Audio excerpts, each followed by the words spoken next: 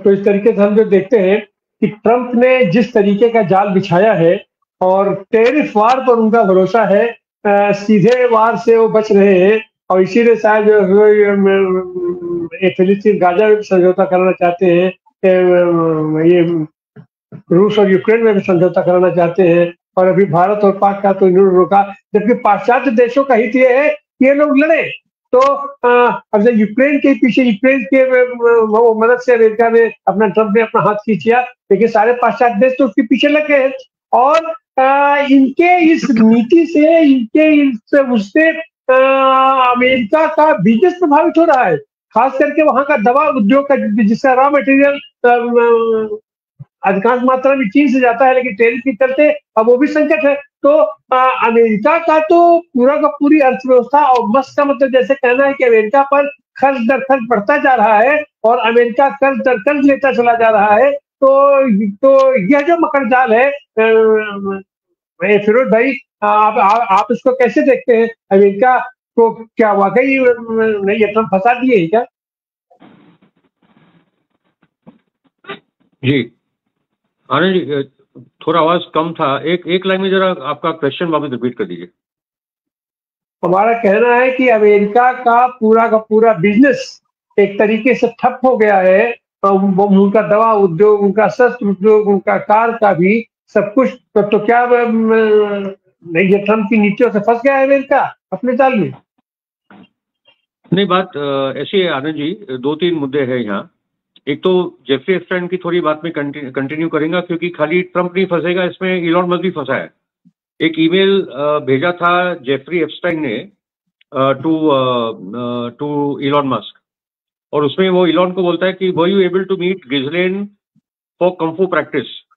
गिजलेन Maxwell की जो उसकी पार्टनर थी, जिसके फादर रॉबर्ट मैक्सवेल थे, जो टॉप मोसैड स्पाई थे अमेरिका में, ये पूरा जाल इन्होंने बिछाया था। तो इलॉन मस्क का भी लिंक है इनके साथ। फंसेंगे तो सब फंसने वाले, bill Clinton, Bill Gates, Obama, सबके सब फंसे। इसलिए ये एक हद के आगे आ ही नहीं सकता बात, ये धमकी जरूर दी है। उनकी बात ये भी सही कि एक्चुअली इजराइल लॉबी वगैरह वो खुलकर आ चुकी है, क्योंकि पीटर थियल तो नॉन इजराइल लॉबी का आदमी है जो पैलेंट्रिक चलाता है, ओके, और उसी के हाथों से ये पूरा कांड अभी रचा जा रहा है ट्रंप को हटाने के लिए। और आखिरी बात, वापस वो बात की टारगेट ईरान है, ट्रंप अलाउ नहीं कर रहा है, जेडी वैंस अलाउ कर सकता है, क्या वो डील है क्या जेडी वैंस के साथ? तो वो बात है, ठीक है। जो आपने मुद्दा खड़ा किया बहुत इंपॉर्टेंट है कि बेसिकली ट्रंप की पॉलिसी से अभी हो क्या रहा है। अभी जो लेटेस्ट खबर आई है, खास करके उसका जो बजट रिलीज होगा, कि वो चाहता है कि अमेरिकन मैन्युफैक्चरिंग वापस आ जाए, और उसकी कितनी तैयारी वो देखना है।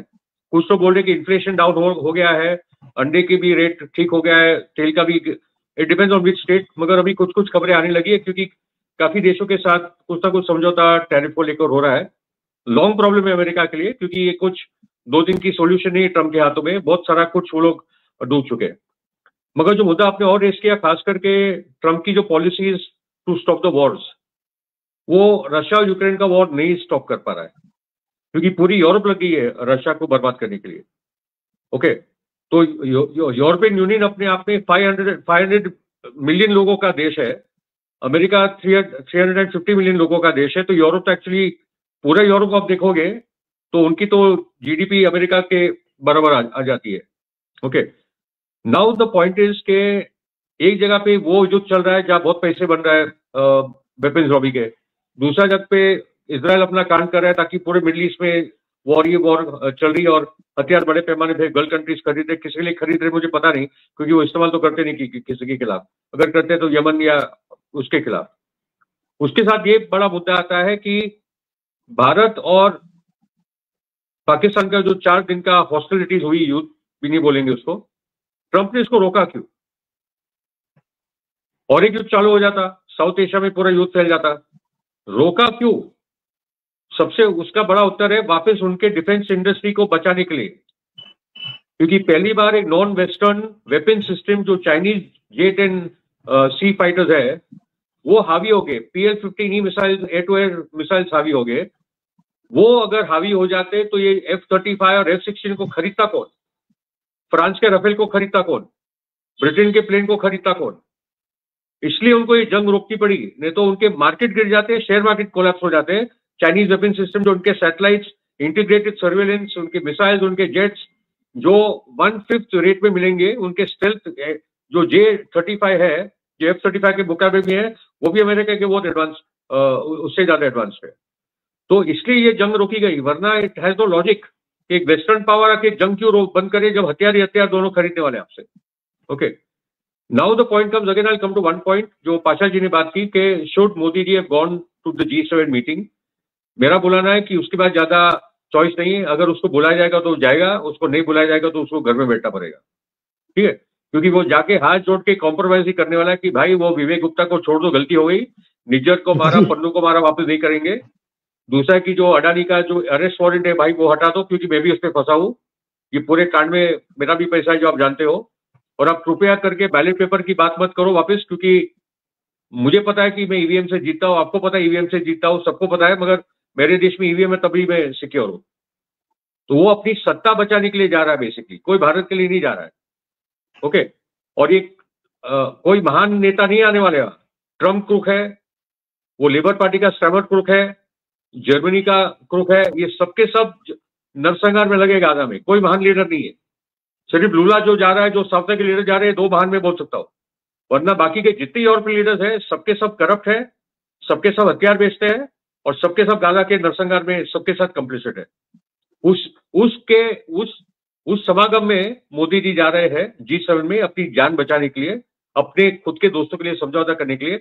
भारत के लिए ना कुछ मिलने वाला है वहां से, ना कुछ लेकर आने वाले, क्योंकि कोई भी सेल्फ रिस्पेक्टिंग कंट्री होगा वो अभी G7 में जाता ही नहीं। चीन नहीं जाता, रशिया भी नहीं जाता, हम क्यों जा रहे हैं? हमारे दोस्त ब्रिक्स में है, हमारा फ्यूचर ब्रिक्स में है। यहाँ तो हम लोग जो G7 में जा रहे हैं उसके कारण हमको कोई ब्रिक्स में विश्वास करता भी नहीं हमारे साथ कि ये तो अमेरिका के काम करने के लिए हमारे वहां बैठे। और वो हकीकत की बात, भारत मोदी का शशि थरूर का बयान आते कोई ब्रिक्स करेंसी बनेगी नहीं। ट्रम्प बोलता कि आपका ब्रिक्स तो खत्म हो चुका है, मैं उसको चलने थोड़ी दूंगा, ब्रिक्स इज डेड। जो ब्रिक्स इज डेड वाले बोलने के समागम में हम जाके क्या करने, क्या मोदी जी जाके क्या कर रहे? It only shows how weak a leader he is, that's all. जी, तो इस तरीके से हम देख रहे हैं कि मोदी जी तो विदेश मंत्री 13 साल तक ये विदेश मंत्री बन के, प्रधानमंत्री बन के, और पूरा भारत का स्मिता लेकर के घूमते रहे पूरी दुनिया में। और जब समय आया तो इनकी पोल पट्टी खुल गई कि एक भी आदमी इनके साथ नहीं खड़ा था। तो ऐसी हालत में ये जहां कहीं भी जाएंगे ये अपनी भद्द ही पिटवाएंगे, अपनी भद्द मतलब भारत की भद्द पिटवाएंगे।